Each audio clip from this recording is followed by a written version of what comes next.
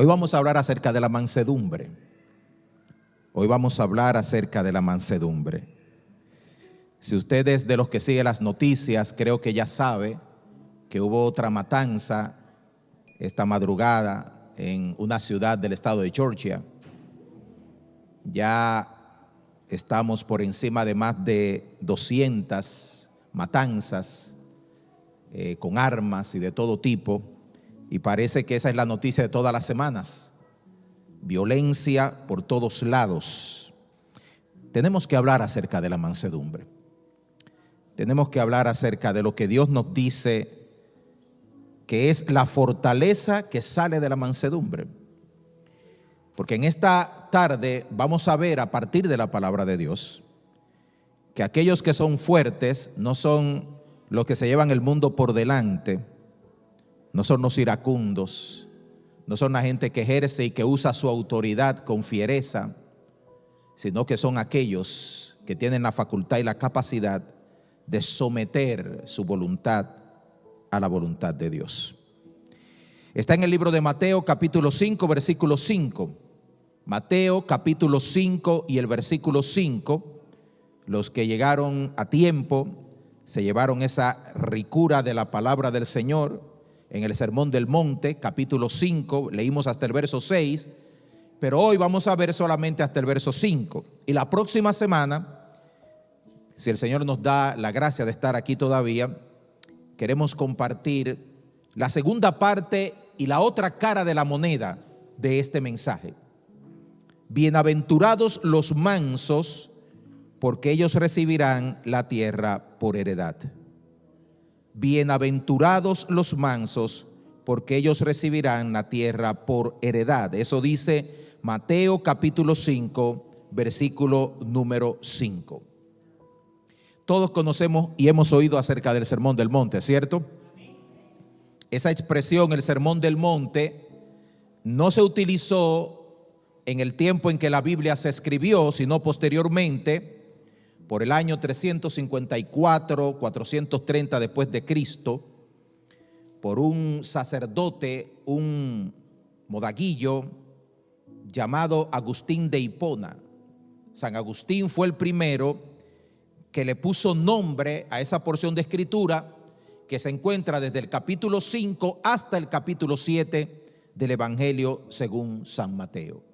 A toda esa porción se le han puesto diferentes nombres, como para tratar de definir lo que se encuentra plasmado en el discurso más largo, en el mensaje más largo que Jesús haya predicado mientras estuvo aquí en la tierra y del cual por lo menos tengamos registro.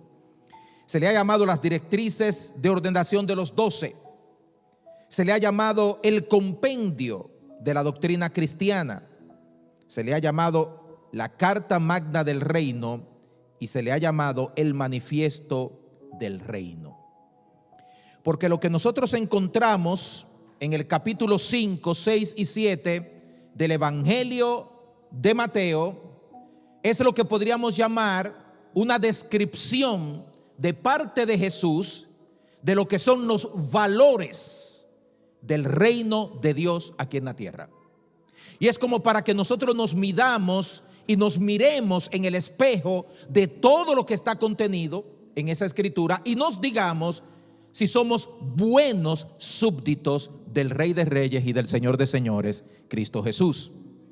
Y si al mirarnos en el Sermón del Monte nos falta algo o no estamos alineados con lo que dice la palabra del Señor allí, que nos revisemos y comencemos a pensar si sinceramente y verdaderamente somos súbditos del reino de Dios.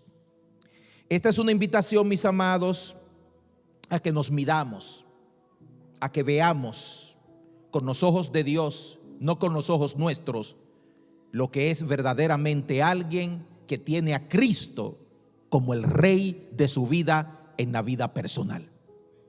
¿Es Jesús mi Rey? ¿Es Jesús mi Señor? ¿Es Jesús mi dueño?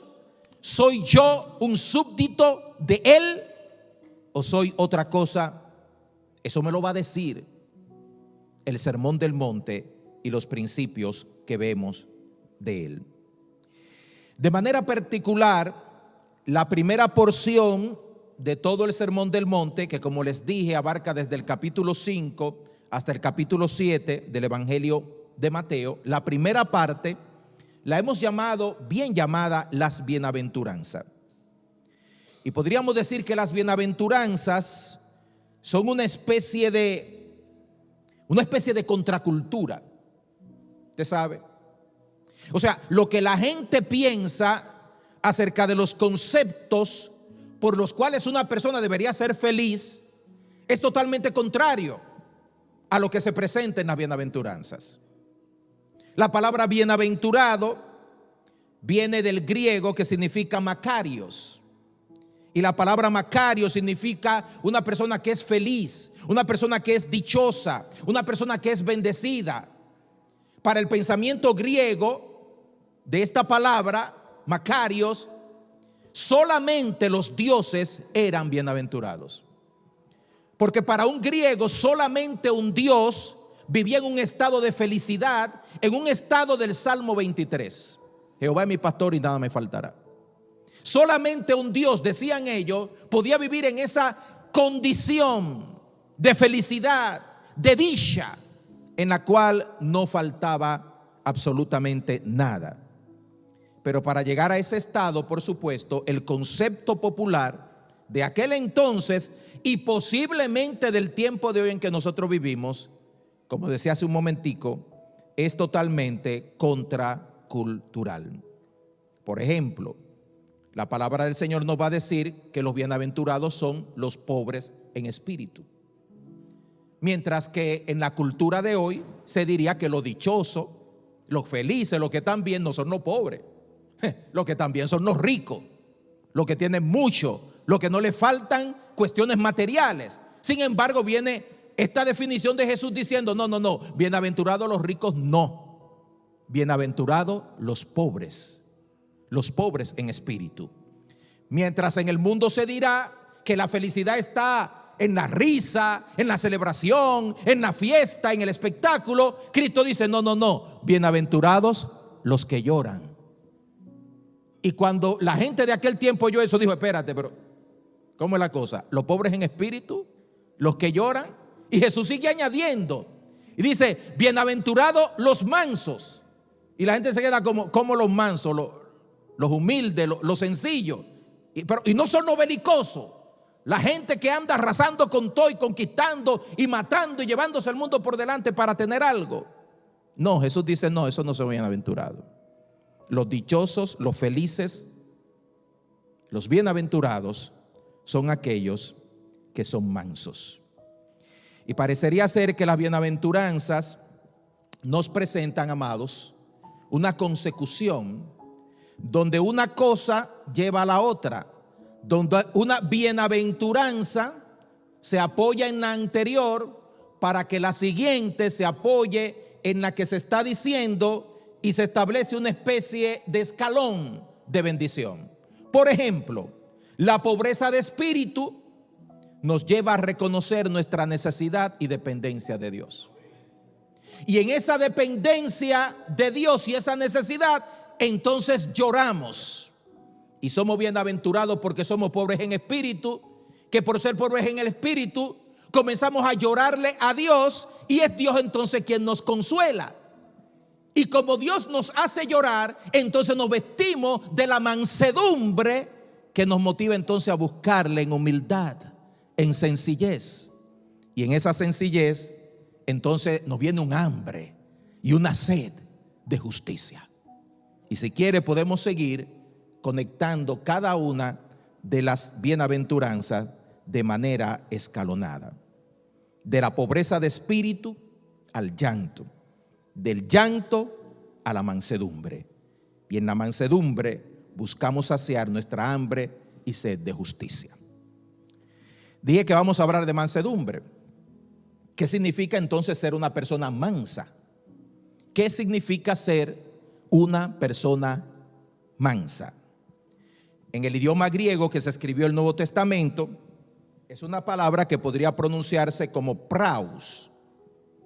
Praus, la palabra que se utiliza en el Nuevo Testamento, Significa suave, una persona dócil, domesticada, apacible, tranquila. Es todo lo contrario a una persona violenta, una persona salvaje, una persona agresiva. Es todo lo contrario a una persona ruda, áspera. Eso sería manso. Pero ¿qué no es mansedumbre? La mansedumbre no es debilidad. La mansedumbre no significa una persona que no tiene capacidad ni fuerza para hacer algo. Cuando decimos que un animal es manso, no estamos diciendo que un animal es débil. ¿Cuántos están de acuerdo? ¿Cuántos son del campo aquí? Levanten la mano. Cuando usted tiene un caballo manso, usted tiene un caballo débil que no tiene fuerza, que no puede hacer nada.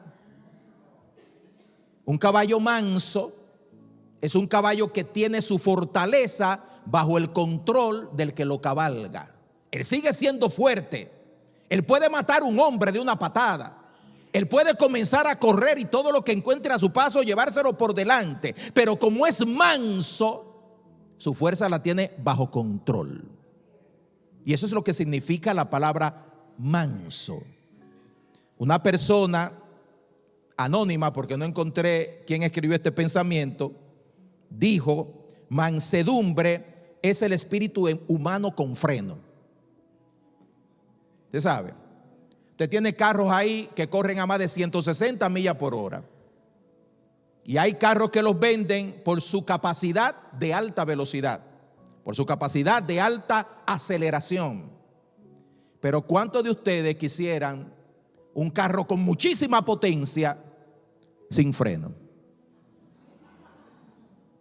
¿Lo quisieran? ¿Lo comprarían? La virtud que nos hace a nosotros confiar en un vehículo es que podemos frenarlo cuando queremos. Y si eso no se pudiera hacer, no me importa cuánta potencia tenga. Si no tiene freno, no me sirve para nada. Y de la misma manera, de nada vale tener toda la fuerza, todo el arrojo, todo el ímpetu del mundo. Sin freno no sirve para nada. ¿Quiénes son los mansos?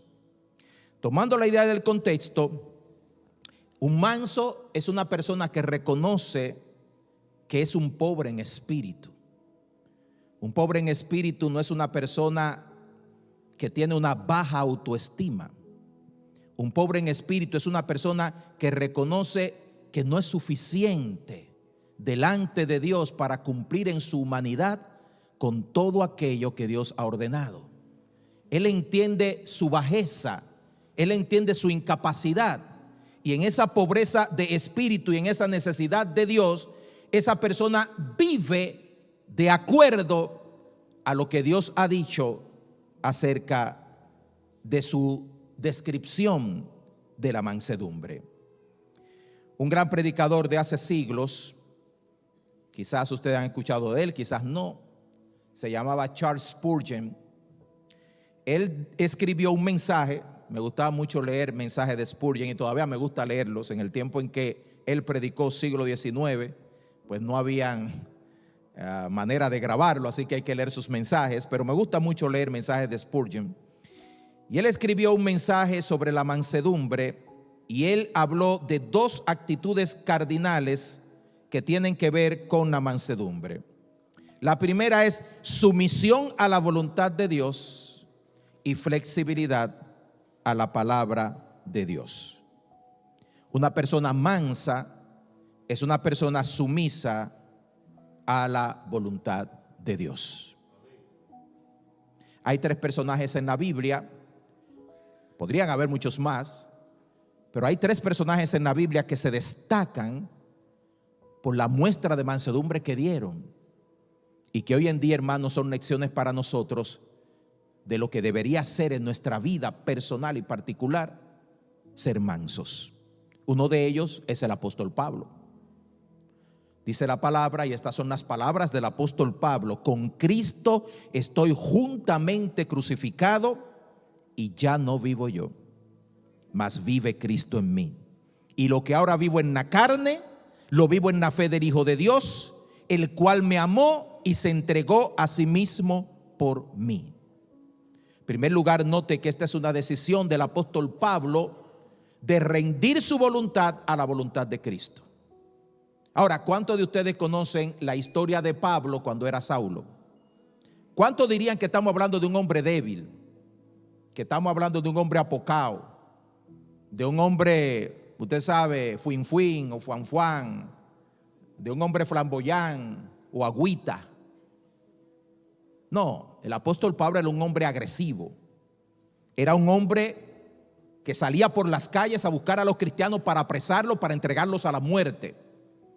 Era una persona con un ímpetu, con un arrojo, que para ser detenido por Dios tuvo el mismo Señor Jesucristo que intervenir en el camino de Damasco y aparecérsele, tumbarlo de un caballo y humillarlo para que él entendiera que toda esa fiereza, todo ese ímpetu y todo lo que él estaba haciendo para acabar con el cristianismo, tenía que someterlo a Cristo.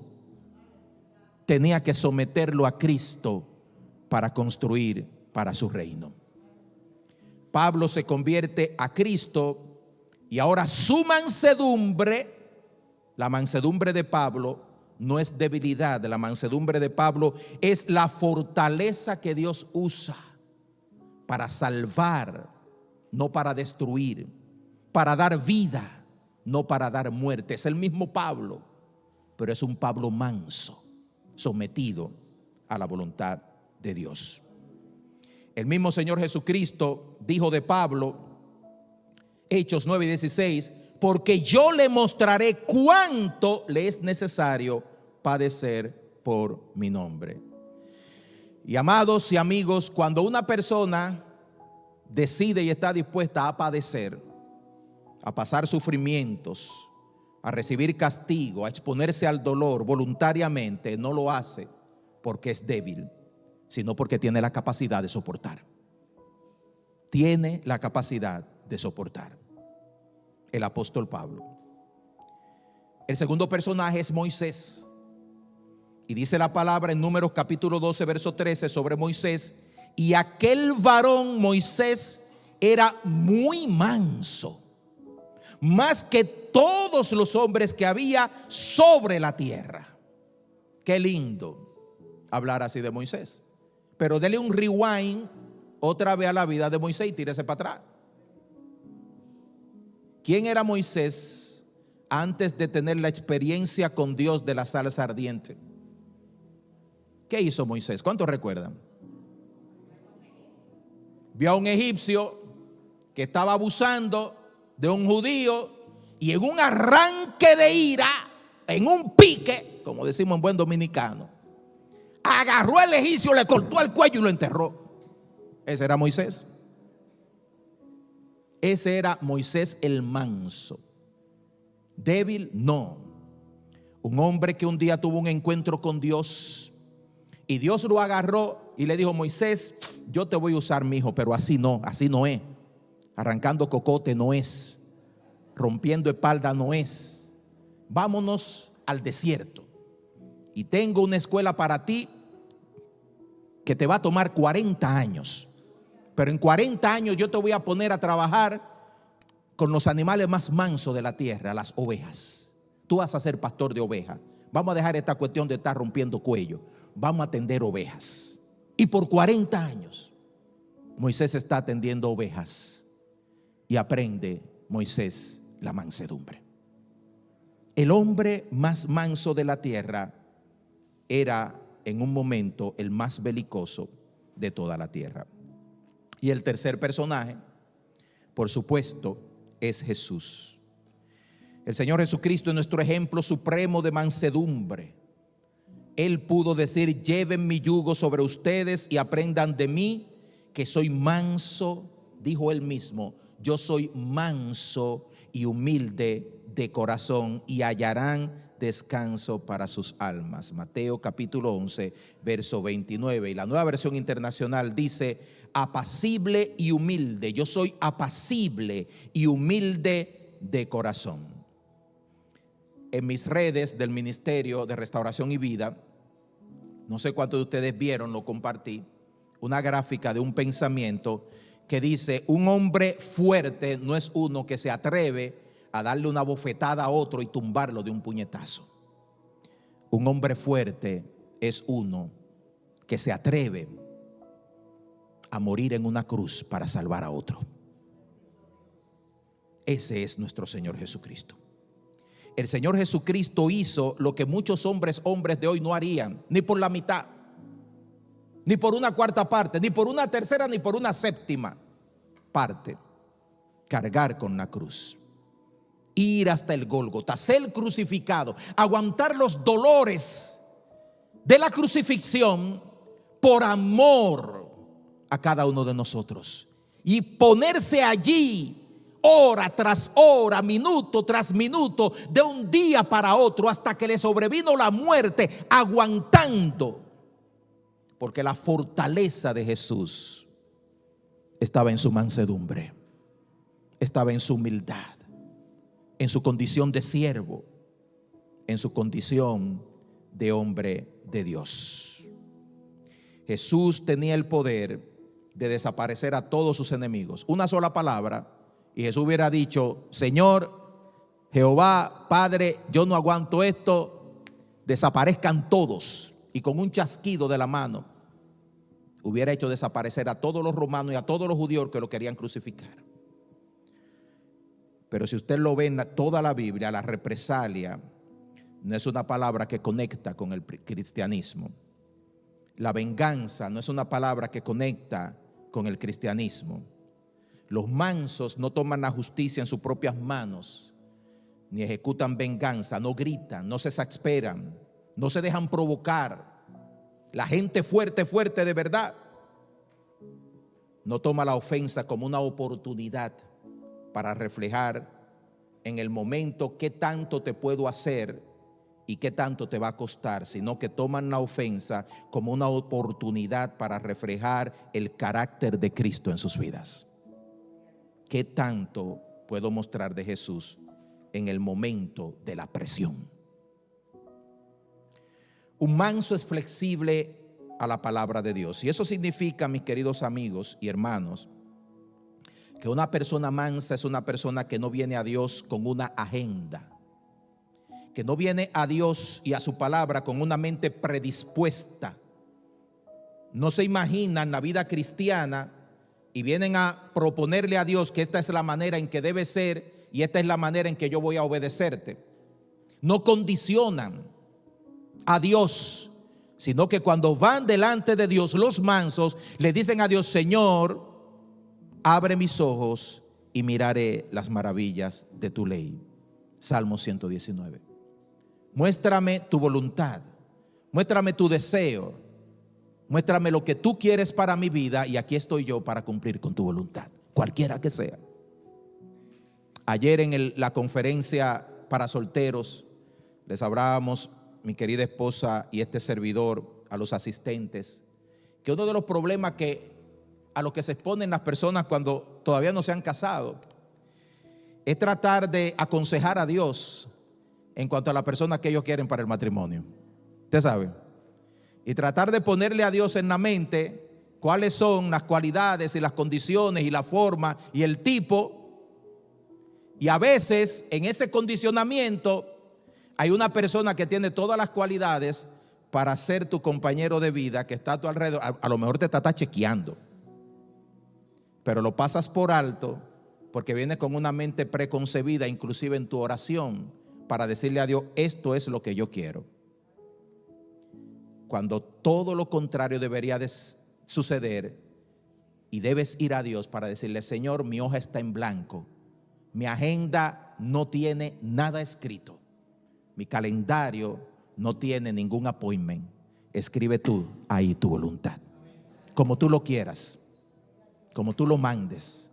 Tú pon las condiciones, tú di, Señor, lo que se quiere hacer. Y aquí tú vas a encontrar a la persona que estará dispuesta a hacerlo. Lo que sea tu voluntad, eso es lo que yo quiero para mí. Lo que sea tu voluntad.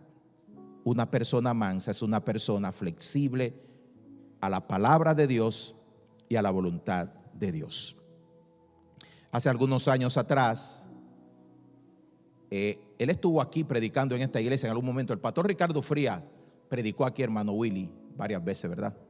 Hermano pastor, ¿cuántos recuerdan al pastor Ricardo Frías? Murió 2018, 2019, antes de la pandemia. Un hermano muy querido. Vino aquí por una situación de salud y lamentablemente internado allá en Boston, falleció, partió a la presencia del Señor. Mi mejor amigo, una persona entrañable, una persona con la que yo compartí mis sueños, mis anhelos, que me dio apoyo en momentos de mi vida cuando muchos no lo hicieron. Una persona que siempre dio la cara por mí. Y mi hermano Ricardo cayó en esa gravedad en Boston. Recuerdo que yo iba todos los días a visitarle, todos los días bajábamos a Boston a ver a Ricardo. Y en una ocasión, una semana antes de su partida, el hermano Ricardo tuvo un sueño que podría haber sido una visión. Él dice que en su sueño él pasó por un túnel negro que lo llevó hacia otro lado, una dimensión que él no puede explicar con palabras. Solamente que en ese lugar había una paz que él no podía explicar, una paz que él no podía describir. Y él comenzó a andar por aquel lugar y a ver a personas y a gente así en el espíritu, que le eran familiares, que le eran conocidas. En su sentir, dentro de ese éxtasis que el Señor le permite tener, él dice: pero este es el mejor lugar del mundo, aquí yo no me quiero ir, aquí yo me quiero quedar. Y de repente se le aparece alguien que él identifica como la persona de Jesucristo, y comienza a hablar con ese personaje. Esto es en el sueño, en la visión, en lo que sea que él está teniendo. Y ahí en ese encuentro, el Señor le dice: ¿te gusta este lugar? Y él dice: sí, Señor, esto es maravilloso, esto es un sueño, no hay lugar como este. Estoy tratando de parafrasear lo que él nos dijo con muchas otras y quizá diferentes palabras.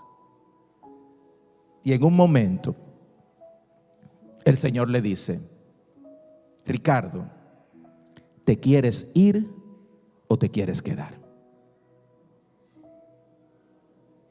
¿Te quieres ir o te quieres quedar? Y él dice que él bajó su cabeza, pensó por un momento y le dijo al Señor: Señor, yo quiero lo que tú quieras. Lo que tú quieras para mí, eso es lo que yo quiero. Y en ese momento despertó. Yo quiero, Señor, lo que quieras tú. Hay un solo fruto del Espíritu, y ese fruto del Espíritu se expresa en gozo, paz, paciencia, benignidad, bondad, fe, mansedumbre. Mansedumbre. Luego viene la templanza y dice la palabra: contra tales cosas no hay ley. Una persona llena del Espíritu Santo, una persona guiada por el Espíritu Santo, es una persona que manifiesta el fruto del Espíritu. Y si entendemos que es un solo fruto, expresado en diferentes maneras, diríamos que no se puede ser manso y no tener amor. Que no se puede tener gozo por un lado sin tener paz por el otro lado. Que no se puede ser bondadoso por un lado, pero ser un iracundo por el otro lado. Que no se puede ser una persona llena de fe, mucha fe, mucha fe, mucha fe, pero no tener paciencia en la vida, porque es un fruto. Es un fruto que se expresa de muchas maneras. Y cuando uno piensa en el fruto del Espíritu, la pregunta que viene entonces es, en la realidad, hermano, ¿cómo reaccionamos nosotros cuando se tiene que manifestar el fruto del Espíritu Santo en nosotros? ¿Cómo reaccionamos, por ejemplo, a la provocación? Porque es muy fácil, hermano, ser manso cuando nadie está encima de usted haciéndole cuclilla. Hay gente que dicen: si me tocan esa tecla, si me la tocan.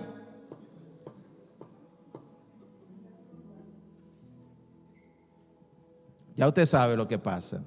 ¿Qué pasa cuando a usted le tocan esa tecla? ¿Qué pasa? ¿Cómo somos nosotros en nuestro trato con la gente? ¿Qué actitudes manifestamos cuando sentimos que tenemos la razón y que el otro me la está violando o me está quitando mis derechos? ¿Cómo reaccionamos?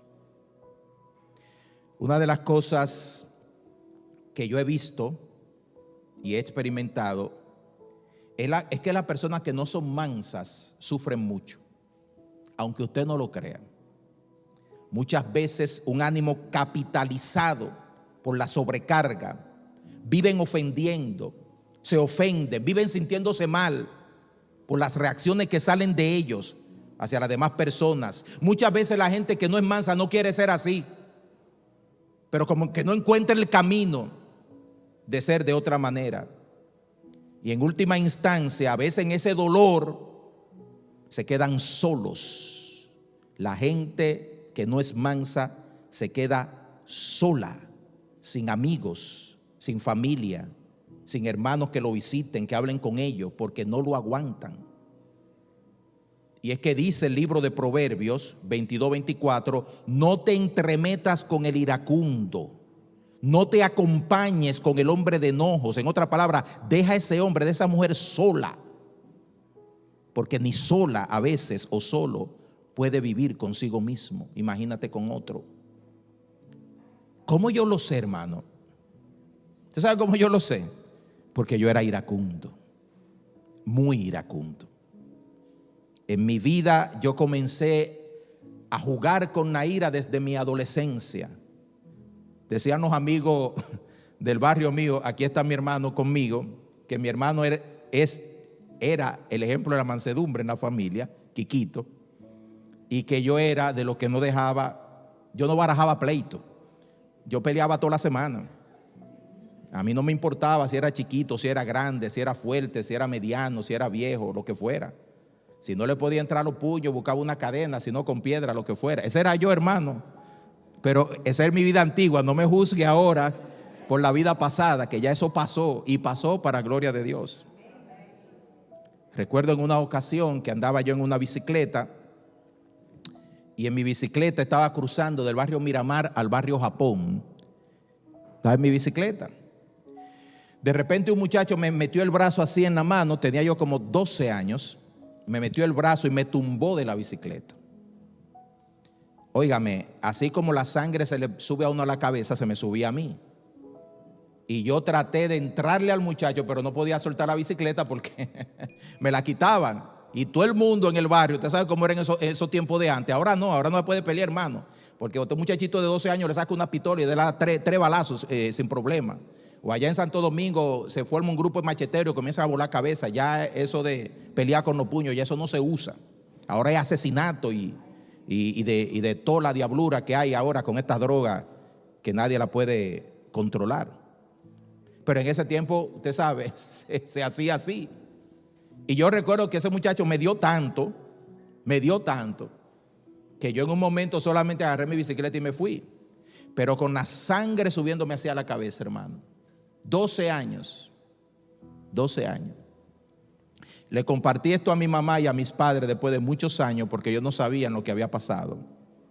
Pero yo fui a mi casa, yo agarré un cuchillo como de 12 pulgadas, me lo entré dentro del pantalón y salí a buscar a ese muchacho. Hermano, yo di vueltas y vueltas y no lo encontré. Y como pasa con todos los iracundos que se suben y después se bajan, cuando yo llegué a mi casa y metí el cuchillo otra vez donde estaba, yo solamente dije, Dios mío, pero yo iba a matar a una gente hoy, yo iba a matar a un muchacho. Si yo encuentro al muchacho, yo iba a matar a una gente hoy. Y en ese momento fue como, mire, yo no era cristiano, como que Dios me habló y me dijo, ¿hasta dónde tú vas a llegar con la ira? ¿Hasta dónde tú vas a llegar con la violencia? ¿Hasta dónde tú vas a llegar? Yo no tuve muchos amigos, yo no tuve muchos compañeros, Dios tuvo que pasarme por un proceso. Y cuando me convertí a Cristo, una de las cosas que los muchachos del barrio decían, que Alberto se convirtió, era, pero Alberto ya no está, ya no es el show de toda la semana. Alberto de verdad se convirtió. Alberto dejó la pelea, la calle. Alberto dejó la violencia. ¿Cuál es la recompensa de los mansos, hermano? Dice la palabra: recibirán la tierra por heredad.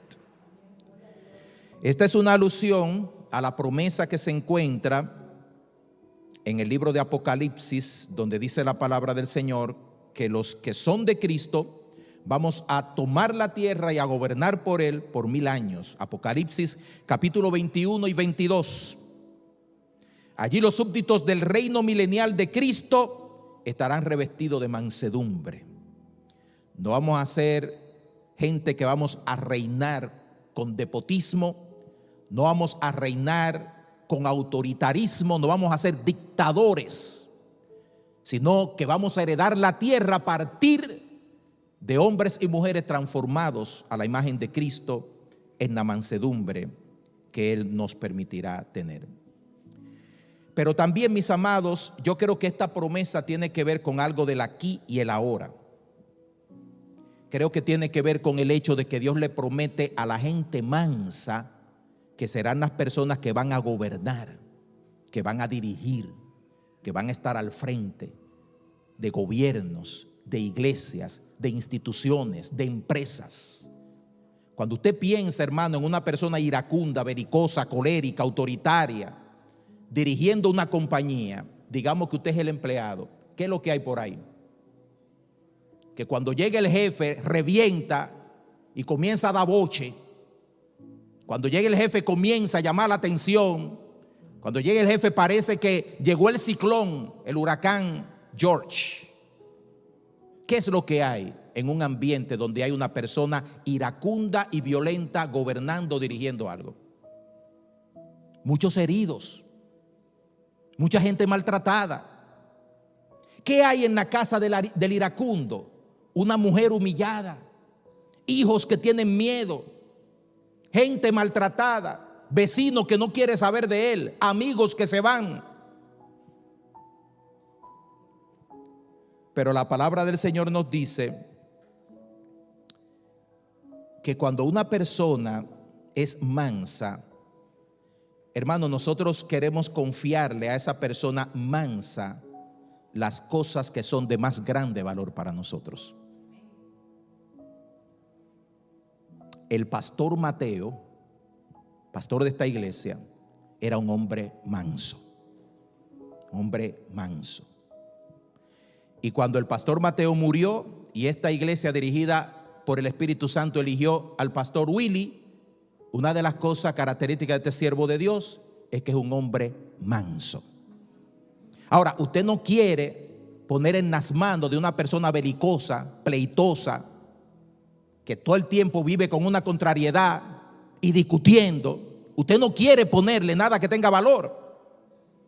Porque que la persona que actúa y vive de esa manera, en un momento de ira y en un momento de impulso, lo echa todo a perder, lo desbarata, renuncia, se va, porque no aguanta la presión. Entonces de ahí la conclusión que una persona que no es mansa es una persona débil, porque no aguanta.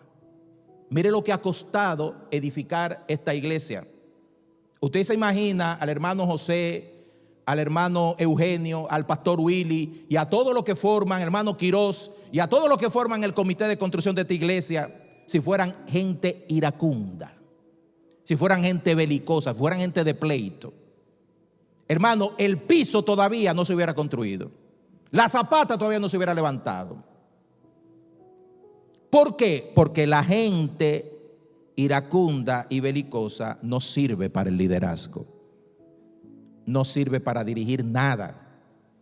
Hay personas que yo le he dicho: usted no dirija nada, no dirija nada, que no lo pongan a dirigir nada, porque cuando usted se meta a dirigir algo, usted va a acabar con todo.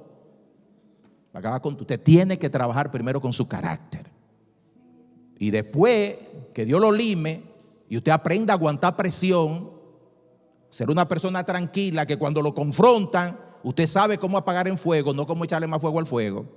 Entonces usted podrá dirigir. La mansedumbre es una expresión de la sabiduría que conquista.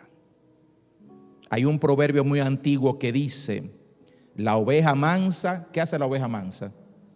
¿Alguien se sabe el proverbio? Se mama su teta y se mama la ajena también. Porque el manso no solamente conquista lo que es suyo, sino que también conquista lo que es de otros. Porque le dan permiso, le dan espacio. Queremos que gente mansa nos gobierne. Queremos que gente mansa nos dirija. Queremos que gente mansa sea la que se encargue de ministerios y de liderazgos y de cosas que tengan que ver con algo tan delicado como la gente aquí en la iglesia. Gente mansa. Fue la mansedumbre de Jesús la que conquistó a sus seguidores. Mis amados, venimos a Cristo porque Él lo dijo: aprendan de mí, yo soy manso y humilde de corazón.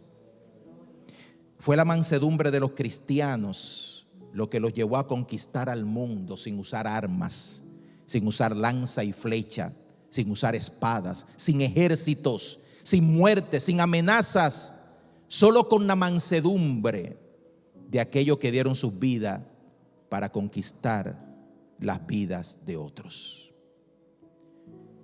Y no puedo cerrar este mensaje sin hablar acerca del ejemplo más grande que yo he visto de mansedumbre en carne propia, que fue el ejemplo de mi abuela, mi abuelita Nena, una mujer de Dios, una pentecostal, gloria a Dios, aleluya, Cristo viene, de la que nosotros nos burlamos muchas veces, nos reímos de abuelita Nena, le decíamos tantas cosas a abuelita Nena, y abuelita Nena siempre con esa sonrisa, siempre con ese cariño, siempre con ese trato, siempre con ese amor. Y un día, hermano, no venció la malquerencia, ni los boches, ni las diabluras, ni las cosas que dijeron mis tíos, o que dije yo, o que dijeran algunos de mi familia. Al final de la historia, quien ganó fue abuelita Nena. Y todas sus hijas vinieron a los pies de Cristo y le reconocieron como Salvador. Y la mayoría de sus nietos se entregaron a Cristo. Después de muerta todavía, abuelita Nena, cada vez que la recordamos, sigue hablando con su vida.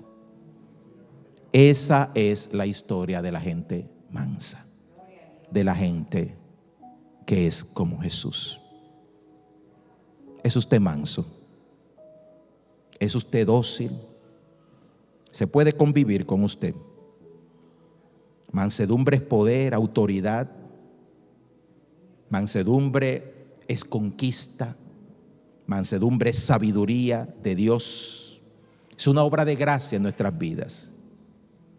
¿Qué dicen sus hijos de usted? ¿Qué dice su esposo, su esposa? ¿Qué dicen sus compañeros de trabajo cuando hablan de sus reacciones? ¿Qué dicen los hermanos de la iglesia cuando piensan en nosotros y en la manera en que reaccionamos a situaciones donde se nos tranca el juego, que es el momento cuando tenemos que exhibir la humildad y la mansedumbre? ¿Cuál es la medida de nuestra capacidad de ser manso? Cierre sus ojos conmigo y vamos a orar.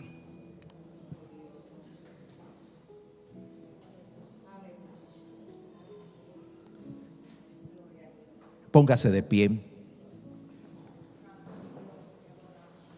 y déjeme hablarlo bien claro, como a mí me hubiera gustado que me hablaran cuando yo era una persona tan descontrolada con mi carácter. ¿Es usted de las personas que se ofende fácilmente? ¿Siente usted que necesita que Dios trabaje en su vida para que tenga más paciencia, calma, para que lo coja más suave? ¿Ha perdido usted la paz en su corazón, en su vida? Es usted de las personas que no duerme bien, porque hay como una turbulencia en su corazón y en su mente. Este es el momento de venir a Dios, el príncipe de paz, y decirle: Señor, yo quiero ser como tú. Este es el momento de decirle a Dios: Señor, perdóname, perdóname. Este es el momento quizás también de pensar en su esposo, su esposa, y después de este servicio agarrar el teléfono y decirle: mira, hablaron un mensaje ahí que me habló, Dios me habló, y yo sé que yo te he hablado mal, que no te he considerado, perdóname. Este es el momento de decirle a muchos hermanos de la iglesia de la misma manera, porque la violencia en grado superlativo está allá afuera, gente matando gente, pero es una evidencia, hermano, de una descomposición espiritual que comienza no afuera en la pistola que se agarra, sino en el corazón que se descompone. Y si nuestro corazón, hermano, necesita la paz de Dios, no le podemos dar al mundo lo que no tenemos. ¿Se atreve usted a decirle a Dios: Señor, lléname de tu paz, lléname de tu amor, lléname de tu paciencia, perdóname, Señor? Y si usted siente que en este momento necesita que Dios intervenga de manera muy profunda en su vida, yo le invito a que pase al altar, pase aquí al frente y dígale al Señor: sí, Señor, yo necesito que tú trabajes con mi carácter. Yo necesito que tú trabajes con mi vida. Yo necesito que tú cambies en mí cosas que tienen que ser cambiadas y que solamente tú las puedes cambiar. No hay nada que yo pueda hacer para cambiarme a mí mismo. Solamente tú, solamente Dios, solamente Él. Si tu corazón está así con Dios, pasa al frente, pasa aquí al altar, a la presencia de Dios, y recibe la oración. Y recibe la oración. Si este es el momento en el que el Espíritu Santo está hablando fuertemente a tu vida y diciéndote: fulano, fulana, ese mensaje no es para fulano, ese mensaje es para ti. Ese no es el mensaje para alguien que no está aquí en esta tarde. Ese es el mensaje para ti que te encuentras aquí hoy. Y este es el momento de decirle a Dios: Señor, quiero ser manso, quiero ser mansa, quiero tener tu paciencia, quiero tener tu paz en mi vida. En el nombre de Jesús, en el nombre de Jesús. Si estás aquí en esta hora y no has recibido a Cristo como tu Salvador, no le has abierto tu corazón a Él para que Él te salve, porque quizás estás hasta peleando y luchando con Dios, razonando contigo mismo en cuanto a rendir tu vida a Cristo. Este es el momento de decirle a Jesús: Señor, hasta aquí llegué. No hago más resistencia. No hago más resistencia. Yo me rindo, Señor. Yo me rindo. Yo me rindo. Yo te doy mi vida. Si estás aquí sin Jesús, este es el momento de que le abras tu vida al Salvador. Este es el momento de que recibas la salvación de Dios y el perdón de Dios, que quita tu pecado, que quita tu maldad, que transforma tu vida y te da la fortaleza que viene de la mansedumbre. Señor, en el nombre de Jesús. Oh Padre Santo,